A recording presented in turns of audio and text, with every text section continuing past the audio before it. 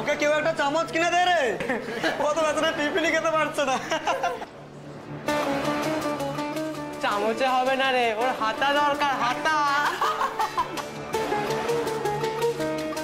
চামচ হোক বা হাতা যাই ধরু, সেটা ধরতে গেলে তো হাতটা ঠিক থাকতে হবে। আমাদের টিটিপির এতদিন শুধু মাথাটাই বিগড়েছিল, এখন তো দেখছি হাতটাও বিগড়েছে রে।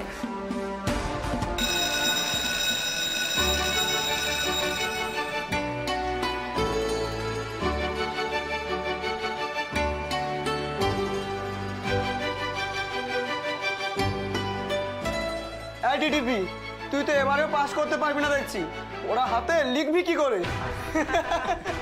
আজ বেকার বেকার স্কুলে আসলি কেন? কেন যে সময় নষ্ট করিস কে জানে। উফ, সবাই সবসময় আমার পিছনে লাগিস কেন বলতো? এবারে আমি খুব ভালো করে পড়েছিলাম, এবার হাতটা পুড়ে গেল তাই। টিটিপি কি বলছি দেখ। সেই এইবার তো ফুল মার্কসের চেয়েও 10 নম্বর তুই বেশি পেতিস।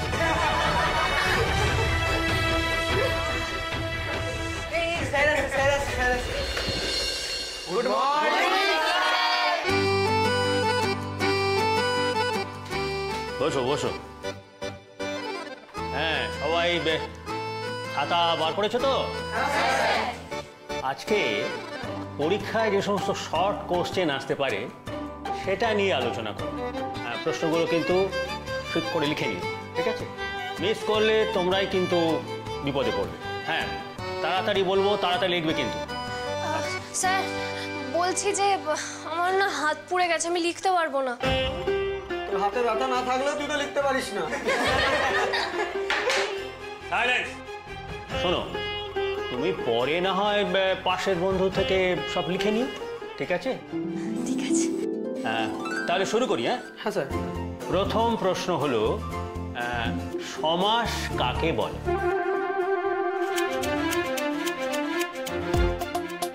কে বলতে পারবে?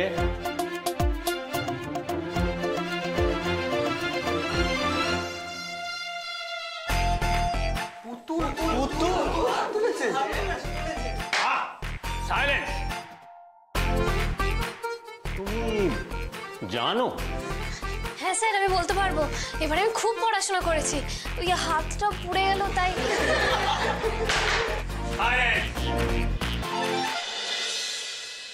শুনি, বলো তো সমাস কাকে বলে? পরস্পর অর্থসঙ্গতি বিশিষ্ট দুই বা বহু পদ মিলে একটি পদ করার নামকে বলা হয় সমাস। অর্থাৎ অর্থের দিক থেকে পরস্পরের মধ্যে সম্বন্ধ আছে এরূপ দুই বা তার অধিক পদ মিলিত হয়ে যখন একটি পদ তৈরি করে ব্যাকরণে তাকে বলা হয় সমাস।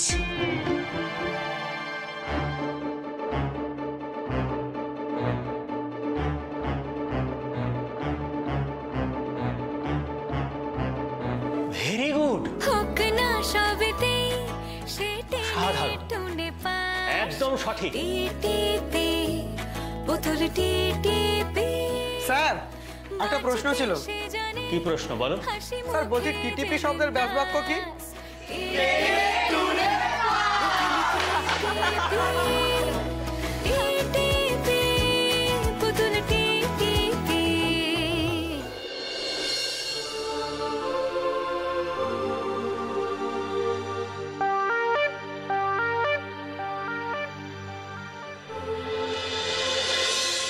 फिर से मिलने की जहां पे दे गए थे तुम कसम, देख लो आकर वहीं पे आज भी बैठे हुए हैं हम। तुम्हारे थे तुम्हारे हैं तुम्हारे ही रहेंगे हम। तुम्हारे थे तुम्हारे हैं तुम्हारे ही रहेंगे हम। मुद्दतें भी चंद लम्हों जैसी लगती है सनम, बात ही ऐसी तुम्हारे इश्क में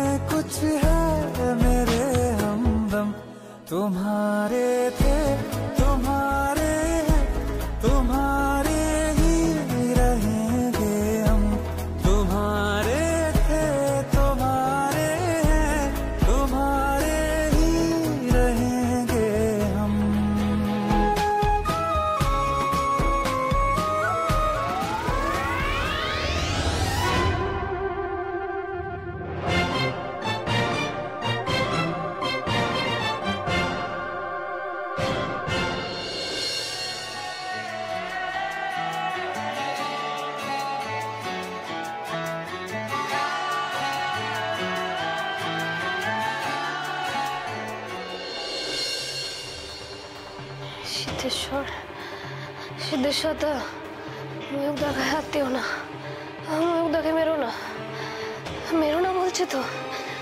এই সিদ্ধেশ্বর, বলছি তো ময়ূকদার গায়ে হাত দেবি না। ময়ূকদার যেন কোনো ক্ষতি না হয়, কোনো ক্ষতি যেন না হয় ময়ূকদার। হাত আমি ভেঙে গুড়িয়ে দেবো। সরে যা বলছি, সরে যা। চিনিস না আমাকে, একদম কেটে ফালা ফালা করে দেবো তোকে। সর বলছি। সিদ্ধেশ্বর, চিনিস না, তোর হাত কেটে গুড়িয়ে দেবো। অসভ্য ছেলে, আবার গায়ে হাত দিতে আসছিস। আমার নাম পুতুল, আমি কিন্তু নেলা খাবা নই। যদি রেগে যাই না, একবারে কেটে ফালা ফালা করে দেবো। সরে যা বলছি, সরে যা, সরে যা এখান থেকে। অসভ্য লোক একটা, সরে যা বলছি। এই শুনুন, এই ওঠ, এই লোক একটা। কি বলছিস? এই পুতুল, কি আজে বাজে বকছিস বলতো? এই পুতুল ওঠ, সরে যা, সরে যা। পুতুল, এই পুতুল, তোর এত বড় সাহস, তুই আমার গায়ে হাত দিবি? আমার গায়ে হাত দিবি তুই? আরে ওঠ, কি বলছিস? আরে ওঠ, ওঠ পুতুল, ওঠ। এ কি? এই দেখো তুই কি সব বলছিস? কি হয়েছে? হাত দিচ্ছিস তুই? এত চেঁচামেচি কেটে দেবো একদম তোকে সিদ্ধেশ্বর, কেটে দেবো, কেটে দেবো। পুতুল সর, সর বলছি। পুতুল ওঠ, ওঠ, সর, সর এখান থেকে। আই পুতুল, পুতুল ওঠ, পুতুল ওঠ মা। এই পুতুল, ও মা গো, এই তুই ঘুমের ঘরে স্বপ্ন দেখছিলিস আর সিদ্ধেশ্বরের সাথে মারপিট করছিলিস, ওর হাত তো কেটে দিলি। হায় রে আমার পোড়া কপাল। এই মুখ পুরি মেয়ে, তুই কি ঘুমের মধ্যে দৌড়িদানো হয়ে যাচ্ছিস নাকি? ঘুমের মধ্যে কি ভাবিস তুই? কি ভাবিস বলতো? হ্যাঁ, এই তোর আর কি কি স্বপ্ন দেখা বাকি আছে বলতো? কি আমাদের জীবনটাকে শ্মশান না করে শান্ত হবি না? শোন পুতুল, আমি ভালো করে বলে দিচ্ছি, এই স্বপ্ন যেন স্বপ্নই থাকে। কোনো গন্ডগোল পাকাতে গেলে কিন্তু আমি একদম ঘর থেকে দূর দূর করে তাড়িয়ে দেবো। মা, তোমার এই ছোট মেয়ের জন্য না আমাদের গ্রামে টেকা কিন্তু মুশকিল হয়ে যাবে বলে দিলাম। ঘুমের ওরে কি বলতে কি বলেছি, বাদ দাও না। সকাল হয়ে গেছে, কত কাজ আমি উঠি।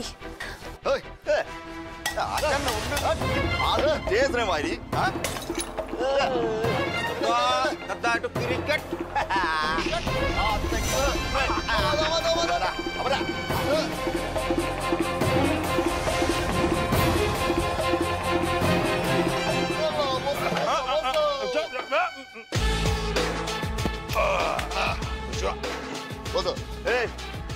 আজার বাজার যা আছে খা, ভালো না লাগলে ফেলে দে, নিজেদেরই বাড়ি।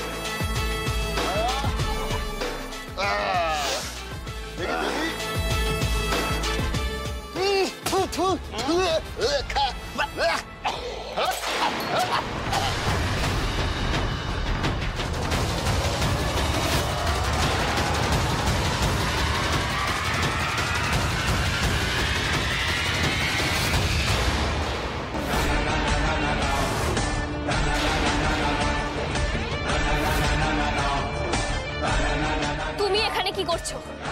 ছাড়া পেলে কিভাবে তুমি?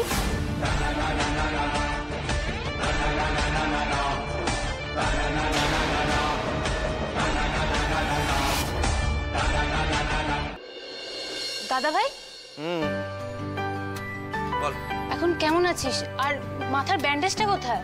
এখন ঠিক আছে, তাই ব্যান্ডেজটা একটু খুলে রেখেছি। অসুস্থ ছিল রে। আচ্ছা, শরীর এখন ঠিক আছে তো? বেটার এখন ঠিক আছে। চুলগুলোর কি অবস্থা দাদা? আমি ঠিক করে দিই। তুই চুল ঠিক করিস না, তুই চুল ঠিক করলে আমাকে আর কেউ দেখবে না। কেন? কেন আবার কি? তুই ঠিক করলে আমাকে ক্যাবলার মতো লাগবে।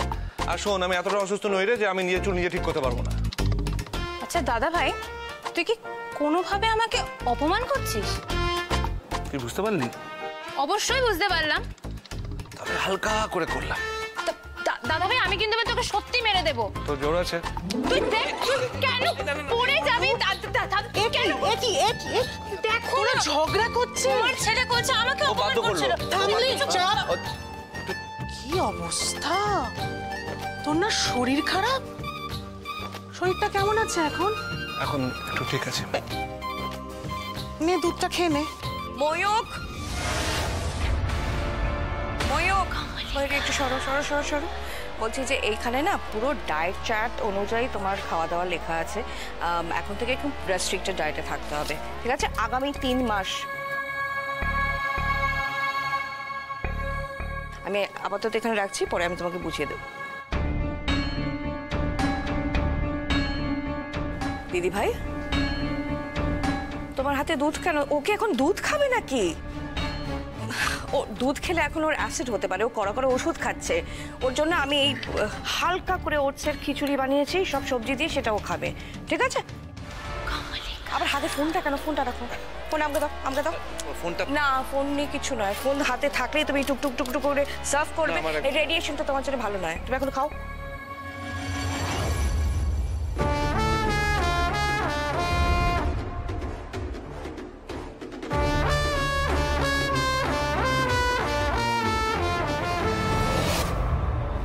কাটারি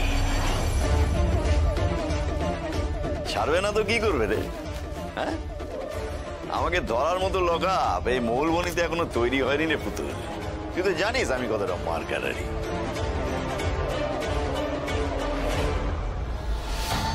এই যে শ্রাবণ কাকা, কান খোলা আছে তো? খোলা না থাকলে খোলা কানে শোনো আর খোলা মুখে জবাব দাও। তোমরা কয় পুরুষ ধরে আমাদের জমিতে ভাগ চাষ করছো? কয় পুরুষ? তিন পুরুষ। তার মানে আমি, আমার বাপ আর আমার ঠাকুরদার দয়ায় তোমরা 3 পুরুষ খেয়ে পরে বেঁচে আছো, ঠিক? কিন্তু তোমার এই সহজ অঙ্কটা তোমার এই কেলে মেয়েটা বোঝে না, বোঝে না, না বুঝে আমার সঙ্গে পাঙ্গা নিচ্ছে। হ্যাঁ, ও কি বোকা না ও কি চালা? তখন কাকা, তুমি তো জানো আমার হাত কতটা লম্বা। হ্যাঁ, আর তোমার এই কেলে মেয়েটা জানে না? না জানলে একটু মার কাটারি করে জানিয়ে দেবো নাকি?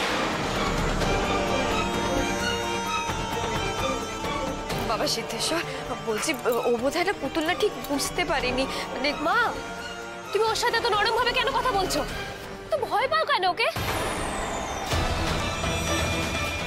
চুপ কর, আমাদের পথে না বসলে কি তুই শান্তি পাবি না? পথের ধারে কেন? পথের ধারে, মাঠের পাশে, গ্রামের বাইরে, যেখানে মন চায় সেখানে বসিয়ে দেবো। তোমাদের ছোট মেয়ের যখন সাজ জেগেছে তখন কি হয়? আমার পুতুল ছেলে মানুষ, ও অত কিছু বোঝে না, হঠাৎ করে ফেলেছে, তুমি ওকে ক্ষমা করে দাও বাবা। হ্যাঁ বাবা, হ্যাঁ সিদ্ধেশ্বর বাবা, ওর হয়ে আমরা ক্ষমা চাইছি। আসলে পুতুল তোর দিদিকে খুব ভালোবাসে, এই বোধহয় একটু রাগের মাথায় একটু ভালোবাসা, রাগের মাথা। কাকিমা, পুতুল ওর দিদিকে বড্ড ভালোবাসে, আমিও যে ওর দিদিকে বড্ড ভালোবাসি কাকিমা।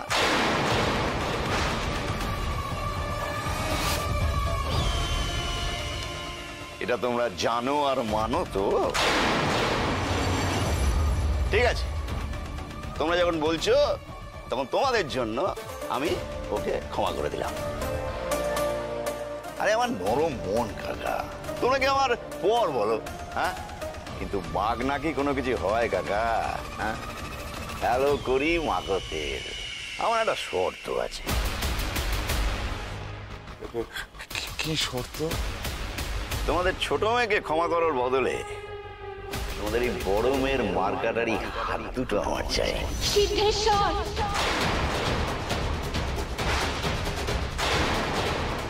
না না না না, ভয় পেও না, শুধু হাত দুটো না, দুটো হাত, দুটো পা, আর এই মনটা আমার চাই। কি বলবো, আমার সত্যি বলতে লজ্জা করছে। ওকে আমি আসলে একটু মার কাটারি করে বিয়ে করতে চাই।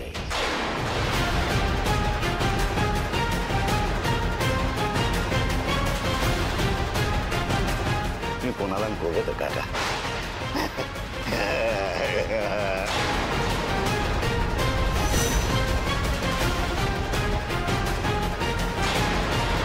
অয়েল রিপ্লেসমেন্টও দিয়ে দিয়েছে, একদম ব্যালেন্স ডায়েট, বুঝেছো? খুব রেস্ট্রিক্টেড থাকতে হবে। দিদি ভাই, তুমি হাতে এখনো দুধ নিয়ে দাঁড়িয়ে আছো কেন? আমরা সেই ছোট্টবেলা থেকে জানি দুধে কত পুষ্টিগুণ, আর দুধ তো সকালবেলায় খেতে হয় রে, তবুও তুই এরকম ভাবে বলছিস? সত্যি দিদি ভাই, ছোটবেলা থেকে আমরা যা যা শুনে এসেছি বা জেনে এসেছি তাকে আমরা অক্ষরে অক্ষরে পালন করি, মানে বড় হয়ে।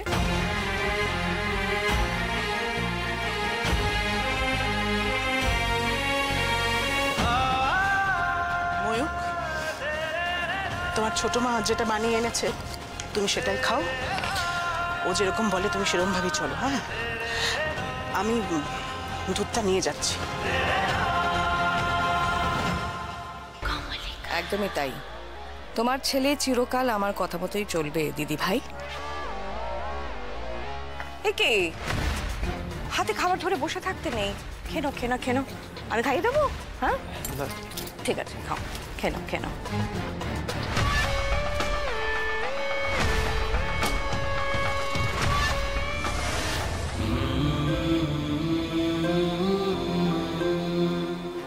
দাদা ভাই, তুই প্লিজ একবার জিম্মার কাছে যা না।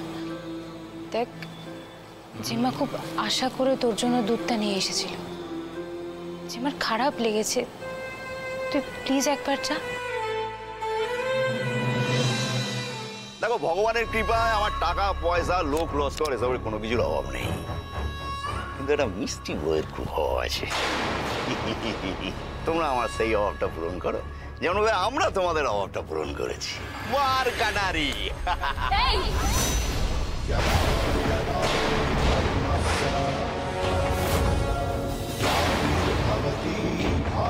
দেনা পাওনার হিসেব বোঝাতে এসেছিস তুই আমাদের?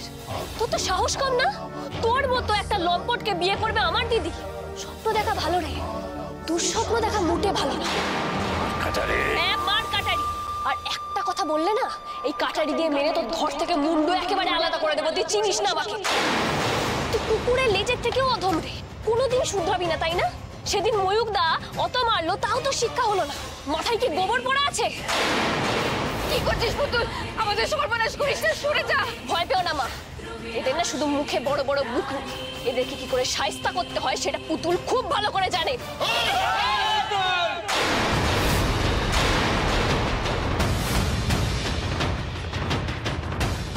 কুকুরের লেজ, কুকুরের লেজে পা দিলে কি হয় জানিস তো? খ্যাক করে কামড় খেতে হয়। আমার সঙ্গে ফালতু পাঙ্গা নিস না পুতুল। আমার লেজে পা দিলে না, এমন খ্যাক করে কামড় দেব কি পুষ্টি সমেত না খেতে পেয়ে মরে যাবে। আবার তোর বাপ আমার পায়ে ধরে কান্নাকাটি করবে, ভালো হবে তো? পুতুল! পুতুল! কি করছিস?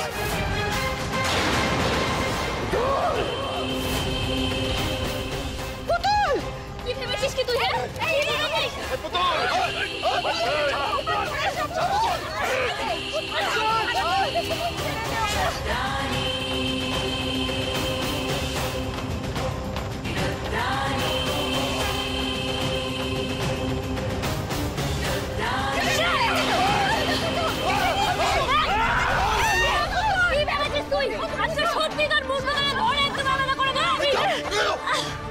চলে যাও, ওর মাথায় রক্ত উঠে গেছে।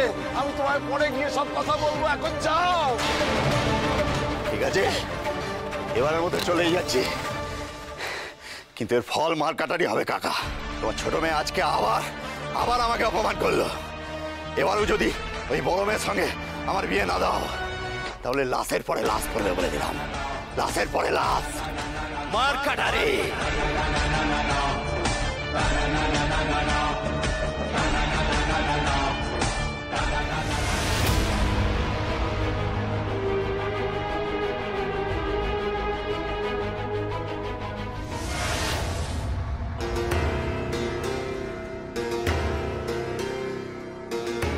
মেজ বৌমা দুধটা দাদুভাইকে খেতে দিল না, তাই তো?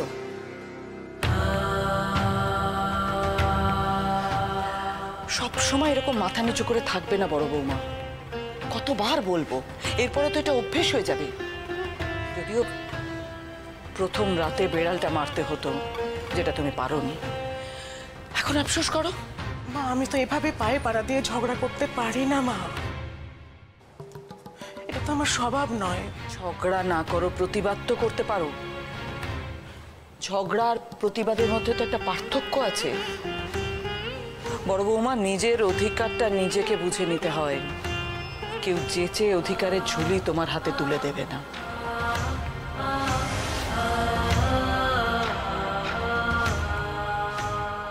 ছাড়ো আমায়, ছাড়ো দেখি। পুতুল! পুতুল! তুই কি শুরু করেছিস রে? তুই কি আমাদের মুশকিল আসান হতে চাইছিস? তুই আমাদের কাউকে বাঁচতে দিবি না, না রে? বাবা, দেখলে তো আজ ওর জন্য কি হলো। এখন যদি সত্যি সত্যি আমাকে সিদ্ধেশ্বরকে বিয়ে করতে হয়, করতে হবে না, তোকে বিয়ে করতে হবে না দিদি। আর যাই হোক ওই লম্পটের হাতে আমি তোকে পড়তে দেবো না। আমি ময়ূকদার কাছে যাব, আমি মাঠানের সাথে কথা বলবো, আমি বড় বাড়িতে যাবো দিদি, তোদের বিয়ের কথা আমি তুলবো। আমি ফোনটা দিয়ে রেখে আমি কথা বলবো। এই, অনেক পাকামি করেছিস তুই, অনেক ক্ষতি করেছিস তুই আমার। তোর সাহস কি করে হয় রে আমার ফোন থেকে ময়ূককে ফোন করার? আমি কাকে বিয়ে করব না করব সম্পূর্ণ আমার সিদ্ধান্ত। মিতুল, সোনা মা আমার, লক্ষ্মী মা, কেন মাথা গরম করছিস? একটু মাথাটা ঠান্ডা কর। দেখ পুতুল কিন্তু কথাটা ভুল বলেনি রে। ভেবে দেখ, ধর তোর সত্যি সত্যি বড় বাড়িতে বিয়ে হয়ে গেল, তাহলে কিন্তু সব দিক থেকে বাঁচোয়া। আমাদেরও অভাব ঘুচবে আর তুইও সুখে শান্তিতে থাকতে পারবি মিতুল। বল। আমি দয়া করে তোমরা একটু প্লিজ চুপ করো। তোমরা তোমাদের ইচ্ছে আমার উপর চাপিয়ে দেওয়ার চেষ্টা করো না। আমার জীবন আমি সিদ্ধান্ত নেব, আমি কাকে বিয়ে করব না করব। আর এই যে পুতুল, আজকাল বড্ড বড় বাড়ি যাচ্ছিস না, ময়ূক দাদা মা ছান করে নাম জপছিস। কি ধান্দা বলতো তোর?